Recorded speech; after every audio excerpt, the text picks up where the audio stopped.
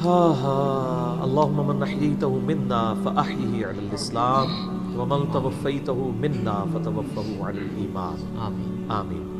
کل نفس ذائقۃ الموت، یہ قرآن حکیم میں کئی دفعہ یہ آیت ریپیٹ ہوئی ہے کہ ہر جان کو موت کا مزہ چکھنا ہے، اور یہ بات بالکل طے ہے کہ ہر شخص کی موت کی جگہ، ٹائم، سیکنڈز تک اللہ تعالیٰ نے ڈیفائن کر دی ہے اس کی تقدیر میں، وہ آگے پیچھے نہیں ہو سکتی، نیور، ناٹ ایٹ آل۔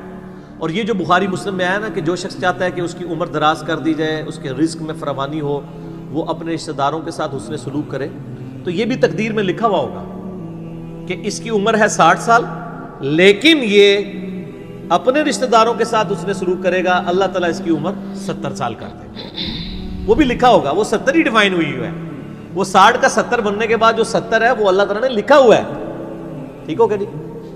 تو یہ اللہ تعالیٰ کے یعنی فیصلے ہیں، قرآن حکیم بالکل واضح ہے۔ سورہ آل عمران میں آتا ہے کہ جب غزوہ احد کے موقع کے اوپر منافقین نے کہا نا کہ ہم نے اپنے بھائیوں کو منع کیا تھا کہ احد کے میدان میں نہ جاؤ ورنہ قتل ہو جاؤ گے، تو اللہ تعالیٰ نے فرمایا اگر ان کی موت کا وقت آ چکا ہوتا یہ خود کھینچے چلے جاتے اپنی مقتل گاہوں کی طرف، یہ اپنے آپ کو روک بھی نہ پاتے۔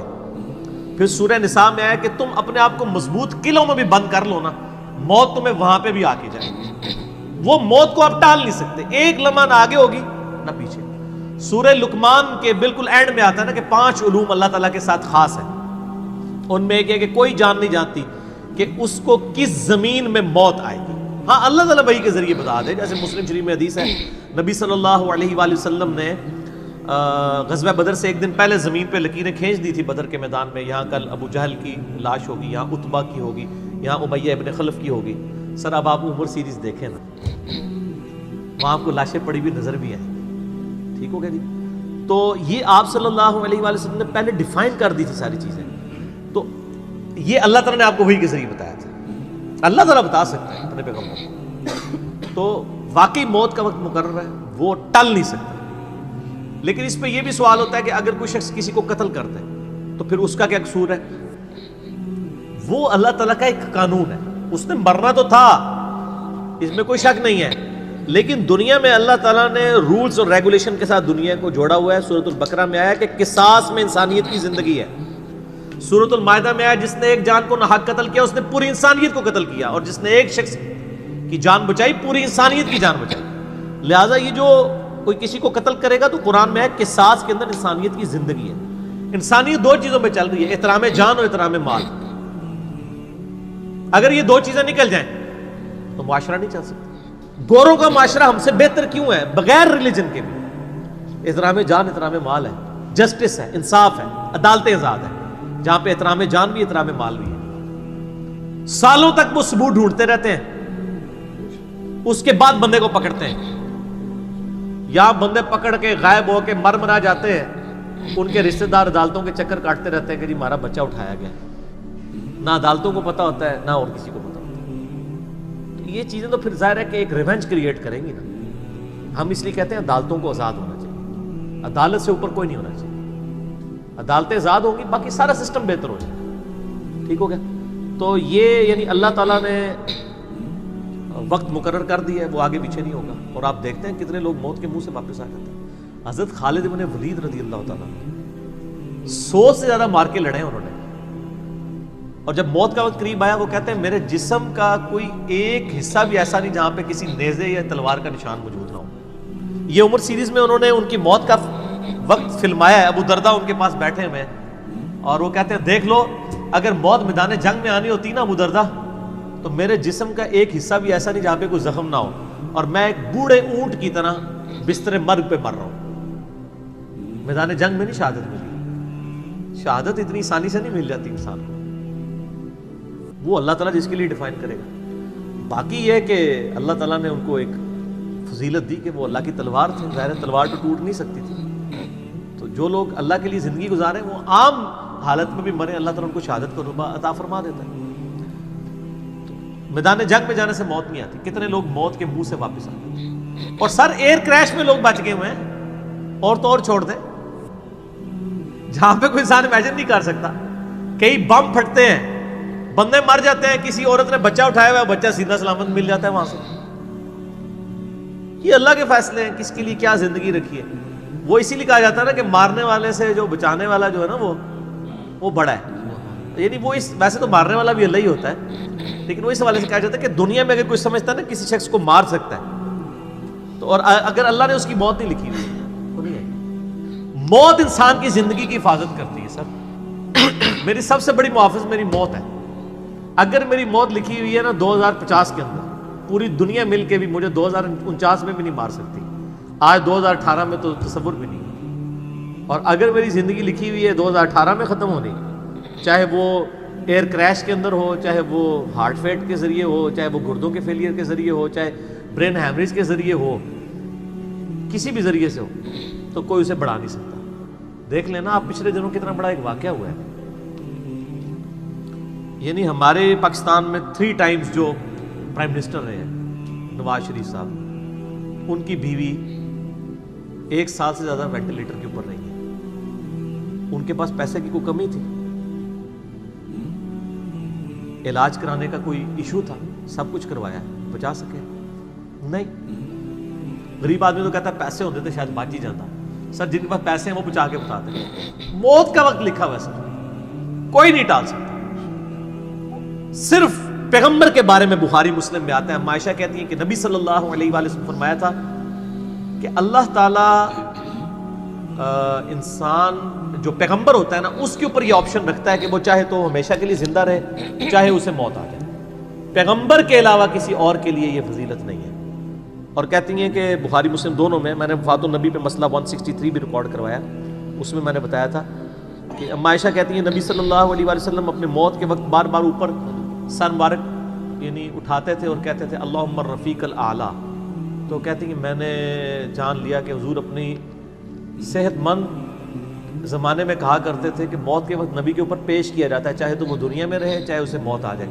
تو مجھے لگتا ہے کہ نبی علیہ السلام پہ اس وقت آفر وہ پیش کی جا رہی ہے اور آپ کہہ رہے ہیں اللہ مجھے رفیق الاعلیٰ کے ساتھ ملا لے. تو میں نے کہا مجھے اب پتہ چل گیا کہ آپ صلی اللہ علیہ وسلم کو یعنی وفات ہو جائے گی آپ کی. یہ نبی کے لیے خاص ہے اور کسی کو کوئی آپشن نہیں ملتا. وہ بخاری مسلم میں موجود ہے نا حدیث، حضرت موسیٰ علیہ السلام کے پاس حضرت اسرائیل علیہ السلام. اسرائیل کا لفظ تو یعنی تفسیر تبری میں اور یہودیوں کے ہاں ملتا ہے، یہ بین اہل سنت کے ہاں بھی رناؤنڈ ہے. اصل میں لفظ ہے ملک الموت. دونوں لفظ ٹھیک ہے. ملک الموت علیہ السلام حضرت موسیٰ علیہ السلام کے پاس گئے، انہوں نے آگے سے تھپڑ مار دیا، ان کی آنکھ نکل گئی، انسانی شکل میں آئے تھے. تو وہ اللہ تعالیٰ کے پاس شکایت لے کے گئے کہ تو مجھے اس شخص کے پاس بھیج رہا ہے کہ جو مرنا نہیں چاہتا. اللہ تعالیٰ نے فرمایا اس کو جا کے کہو کہ تم جو ہے وہ بیل کی پشت کے اوپر ہاتھ رکھو، تمہارے ہاتھ کے نیچے جتنے بال آ جائیں گے نا اتنے سال بھی زندگی تمہاری اور بڑھا دی جائے، سینکڑوں سال. حضرت موسیٰ نے کہا اس کے بعد موت، کل نفس ذائقۃ الموت، موت تو سب کو آنی ہے، ایک ہی ہے جسے موت نہیں آنی. یا حی یا قیوم برحمتک استغیث، اے خود سے زندہ اور ہر چیز کو تھامنے والے، باقی وہ سب کو موت آنی ہے. تو انہوں نے کہا پھر بعد میں آنی ہے تو ابھی کیوں نہیں؟ موت نہیں کوئی ٹال سکتا سر، ورنہ پیغمبروں کے لیے ٹل جاتی. وہ پیغمبروں کو جو آفر بھی لگائی گئی ہے وہ یہ نہیں ہے کہ ہمیشہ زندہ رہیں گے، نہیں، قیامت تک. قیامت میں تو سب کو موت آ ہی جانی ہے، ٹھیک ہے. اور پھر ایک وہ وقت بھی ہوگا جب اللہ تعالیٰ پوچھے گا لمن الملک اليوم، تو کوئی جواب دینے والا نہیں ہوگا، سب کو موت آ چکی ہوگی. سارے فرشتے، جنات، انسان، مخلوقات، اللہ خود ہی جواب دے گا للہ الواحد القہار. سورہ المومن میں آتا ہے آج کے دن اس واحد قہار کی حکومت ہے. پھر اللہ تعالیٰ پوچھے گا کہاں ہے آج وہ جابر حکمران، بڑے بڑے بادشاہ کدھر ہیں؟ تو اللہ کے لیے کوئی مسئلہ ہے کسی کو یعنی پلک جھپکنے میں مثل دینا؟ تو موت اللہ تعالیٰ نے ڈیفائن کی. اور موت کیا، آپ کو جو تکلیفیں پہنچتی ہیں سر وہ بھی ڈیفائنڈ ہے. قرآن میں وَلَنَبْلُوَنَّكُمْ بِشَيْءٍ مِّنَ الْخَوْفِ وَالْجُوعِ وَالنَّقْصِ مِّنَ الْأَمْوَالِ وَالْأَنفُسِ وَالثَّمَرَاتِ. ہم ضرور تمہیں آزمائیں گے تھوڑے سے خوف سے، بھوک سے، جان اور مال میں نقصان سے، پھر چیک کریں گے کون ہے صبر کرنے والا. اور جو صبر کرنے والا ہے اذا اصابتهم مصیبت قالوا انا للہ وانا الیہ راجعون. تو پھر ان لوگوں کے ساتھ اللہ تعالیٰ ہوتا ہے جو کہتے ہیں ہم بھی اللہ کی طرف سے آئے تھے، اللہ کی طرف چلے جائیں گے، یہ تکلیف بھی آئی تھی الٹیمیٹلی تو چلی جائے گی نا. ان اللہ مع الصابرین، اللہ تعالیٰ صبر کرنے والوں کے ساتھ ہے. اس حوالے سے ایک آیت قرآن حکیم کی بڑی کریٹیکل ہے، مجھے ضمناً یاد آ گئی، سورہ الحدید کے اندر ہے. بہت کرٹیکل آیت ہے، اور یہ ٹاپک قرآن حکیم میں صرف سورہ الحدید کے اندر ہی ایڈریس ہوا ہے، اور جس طریقے سے یہ شد و مت کے ساتھ بیان ہوا ہے نا، آیت نمبر 22-23، اعوذ باللہ من الشیطان الرجیم، ما اصاب من مصیبت فی الارض، کوئی مصیبت بھی زمین میں نہیں آتی، ولا فی انفسکم، اور نہ تمہاری جانوں میں، یعنی زمین پہ جتنے زلزلے آتے ہیں، طوفان آتے ہیں، سونامی آتے ہیں، قحط پڑتا ہے، یہ جتنے بھی عذاب آتے ہیں یا تکلیف آتی ہیں، اور نہ تمہاری جان میں، یعنی کسی کو کینسر ہوتا ہے، کسی کے گردے فیل ہوتے ہیں، کسی کی آنکھ ضائع جاتی ہے، کسی کے اوپر فالج کا اٹیک ہو جاتا ہے، کسی کو ہارٹ اٹیک ہوتا ہے، اللہ تعالیٰ فرماتا ہے یہ ساری تکلیف چاہے زمین پہ ہیں یا تمہاری جانوں پہ ہیں، الا فی کتاب من قبل ان نبرأها، وہ تو پہلے ہی ہم نے لوح محفوظ پہ لکھی ہوئی ہے، اس سے پہلے کہ ہم ان کو بھیجے، ڈیفائن ہے، ہونا ہے کہ فلاں تاریخ کو اتنے بجے اس کے ساتھ یہ ہوگا، یہ ڈیفائن ہے۔ ان ذالک علی اللہ یسیر، بے شک یہ اللہ کے لیے بہت آسان ہے، ٹینشن نہیں لینی کہ یار یہ کیسے ہو سکتا ہے کہ پہلے ہی پتا ہو، اربوں انسانوں کے ساتھ اربوں واقعات، اور صرف انسان نہیں باقی مخلوقات کے ساتھ، اللہ فرماتا ہے میرے لیے تو آسان ہے، لیکن اس کی ریزن بتائیے کیوں ہے، لِكَيْ لَا تَأْسَوْا عَلَى مَا فَاتَكُمْ، یہ ہم نے اس لیے کیا تاکہ جو تم سے بات، جو نعمت تم سے چھن جائے تم اس کے اوپر افسوس نہ کرو، وَلَا تَفْرَحُوا بِمَا آتَاكُمْ، اور نہ تم شیخی بگاڑو جو تمہیں نعمت ملے اس کے اوپر، اچھائی ملے تو یہ نہ کہو بڑا میرا کمال ہے، وہ تقدیر میں تھی، ملنی تھی، اور اگر کوئی چیز چھن جائے تو افسوس نہ کرو، وَاللَّهُ لَا يُحِبُّ كُلَّ مُخْتَالٍ فَخُورٍ، اللہ تعالیٰ کو شیخی بگاڑنے والے پسند نہیں ہے۔ یہ آیت نمبر 22-23 بتا رہی ہے سورۃ الحدید کی کہ زمین و آسمان پہ جتنی بھی تکلیف انسانوں پر، جنات پر، جانوروں پر آتی ہیں وہ ڈیفائنڈ ہے، اور انہی تکلیف میں سے ایک بڑی تکلیف موت ہے، وہ بھی ڈیفائنڈ ہے، وہ کوئی ٹال نہیں سکتا، کوئی کسی کی موت کو ٹال نہیں سکتا، اور نہ کوئی کسی شخص کو موت دے سکتا ہے۔ آپ دیکھیں لوگوں نے کتنی ایفرٹس کی ہیں، خود ہمارے نبی صلی اللہ علیہ وآلہ وسلم پہ کس قسم کی ایفرٹس کی گئی ہیں، اللہ تعالیٰ نے آپ کو کس طریقے سے مکے سے نکال کے مدینے تک پہنچا دیا، اور وہ بخاری مسلم میں بڑی مشہور حدیث ہے، آپ صرف درخت کے نیچے آرام کر رہے تھے، تلوار سائیڈ پہ لٹکائی ہوئی تھی، ایک عرابی آیا دشمن، اس نے موقع غنیمت جانا کہ آپ سوئے ہوئے ہیں، اس نے تلوار اٹھائی اور نبی صلی اللہ علیہ وسلم کے یہاں پہ رکھ دی اور کہا محمد آج تجھے میرے ہاتھوں سے کون بچائے گا؟ تو نبی صلی اللہ علیہ وسلم نے کوئی کانفیڈنس لوز نہیں کیا، ان کو پتا تھا هو الذی ارسل رسولہ بالہدی ودین الحق لیظہرہ علی الدین کلہ، اللہ نے اپنے نبی کے پیچھے اللہ ہے، ان کا اللہ بچائے گا، اللہ جب سنا اس کے ہاتھ کانپنے شروع ہو گئے، اس کے ہاتھ سے تلوار ہی گر گئی، نبی علیہ السلام نے وہ تلوار اٹھائی اور کہا اب تجھے میرے ہاتھوں سے کون بچائے گا؟ یہ بخاری مسلم دونوں میں یہ واقعہ ہے۔ اس نے کہا آپ تو معاف فرمانے والے ہیں، درگزر فرمانے والے ہیں، تو یعنی آپ کے وہ حسن اخلاق سے پھر متاثر ہوا، مسلمان ہو گیا۔ مسئلہ یہ ہے کہ یہ کانفیڈنس آپ کو ہونا چاہیے۔ بخاری مسلم میں حدیث ہے کہ غزوہ حنین کے موقع پر کچھ صحابہ کی زبان سے نکل گیا کہ بدر میں تو 313 تھے، غالب آ گئے تھے، آج تو ہم 12,000 ہیں، کافر تو بڑے تھوڑے ہیں، اور یہ ذکر سورۃ الانفال میں آیا غزوہ حنین کا، یہ فتح مکہ کے بعد بھی ہوئی تھی یہ جنگ، مشرکین عرب سے آخری جنگ قبیلہ حوازن کے خلاف۔ اللہ کا ماتا جب تم نے یہ جملہ بولا نا پھر تمہیں بھاگنے کی جگہ نہیں ملتی تھی، حوازن کے لوگوں نے جب تیر چلائے تو 12,000 میں سے صرف 80 بندے نبی علیہ السلام کے ساتھ رہ گئے، باقی سب بھاگ گئے۔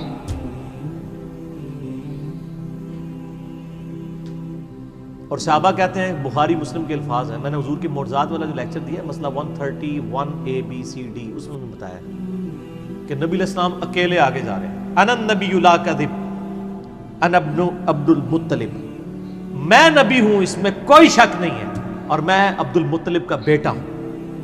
یہ رڈز پڑھتے ہوئے آپ صلی اللہ علیہ وسلم اکیلے آگے جا رہے ہیں، اور آپ صلی اللہ علیہ وسلم نے زمین سے یوں مٹھی بھری کنکریوں کی اور یوں کافروں کی طرف، اور فرمایا چہرے مسخ ہو جائیں، آنکھیں اندھی ہو جائیں، اور سب کی ہو گئی، مسلمانوں کو فتح ہو گئی۔ اور اسی کا ذکر ہے وما رمیت اذ رمیت ولکن اللہ رمی، اے نبی جو آپ نے کنکریاں پھینکی تھی وہ آپ نے نہیں پھینکی تھی، وہ اللہ نے پھینکی تھی، یعنی اللہ کا پیچھے ڈیوائن ڈیسیژن تھا۔ تو کافروں کے خلاف فتح ہو گئی مسلم، یعنی نبی علیہ السلام کا کانفیڈنس لیول یہ تھا کہ اکیلے جا رہے ہیں، یہ نہیں دیکھ رہے کہ ہزاروں لوگ میرا ساتھ چھوڑ گئے ہیں، اکیلے فرنٹ سے لیڈ کر رہے ہیں. تو جن لوگوں کو یعنی اللہ پر یقین ہوتا ہے نا، ان کی یہی حالت ہوتی ہے، اور یہی صحابہ کرام کا یعنی یقین کامل تھا. اس لیے آپ دیکھیں نا، آپ عمر سیریز میں دیکھیں گے حضرت خالد بن ولید جنگ یمامہ میں جب مسلمانوں کو شکست ہونے لگتی ہے اکیلے آگے جاتے ہیں. جنگ یرموک میں بھی ایسے ہی کرتے ہیں. تو جن کو اعتماد ہوتا ہے نا وہ پھر فرنٹ سے لیڈ کرتے ہیں. موت ٹال نہیں سکتی، موت کیا تکلیف بھی جو آپ کو پہنچنی ہے، اور سر اسی کے ساتھ آپ زندگی گزار سکتے ہیں. اس کے بغیر آپ زندگی نہیں گزار سکتے، کڑ کڑ کے مر جائیں گے. آپ کس چیز کو کیٹر فور کر سکتے ہیں؟ ہم یقین کریں صبح اسکول بچوں کو بھیجتے ہیں تو دعائیں پڑھتے رہتے ہیں. کیا ہو سکتا ہے؟ ایکسیڈنٹ ہو سکتا ہے، وہاں پہ بچہ جھولے سے گر سکتا ہے، کسی کی ہڈی ٹوٹ سکتی ہے، کان پٹی پہ لگ جائے ڈیتھ ہو سکتی ہے. یار اتنی چیزوں کو کون کاؤنٹر فار کر سکتا ہے؟ اللہ. تو اللہ پہ توکل کریں، اور جب تکلیف آ جائے انا للہ و انا الیہ راجعون. صحیح مسلم میں حدیث ہے، نبی صلی اللہ علیہ وآلہ وسلم نے فرمایا جو شخص تکلیف کے وقت فوراً پڑھ لے انا للہ و انا الیہ راجعون اللہم اجرنی فی مصیبتی واخلف لی خیرا منہا، اللہ تعالیٰ اس کو اس کا بہتر نعم البدل عطا فرما دے گا. میرے یوٹیوب پہ کلپ بھی ہے اس دعا کے اوپر، مصیبت اور پریشانی کے حوالے سے یعنی بہتری کے لیے دعا، یہ کر کے لکھیں تو آپ کو کھل جائے گا. یہ آپ کو مشکات میں کتاب الجنائز چیپٹر میں پہلی جلد میں دعا مل جائے گی صحیح مسلم کے حوالے سے. ام سلمہ کہتی ہیں کہ جب میرا خامن فوت ہوا تو میں نے یہ فوراً دعا پڑھ لی، انا للہ و انا الیہ راجعون، ہم بھی اللہ کی طرف سے ہیں، اس کی طرف لوٹ کے جانے والے ہیں.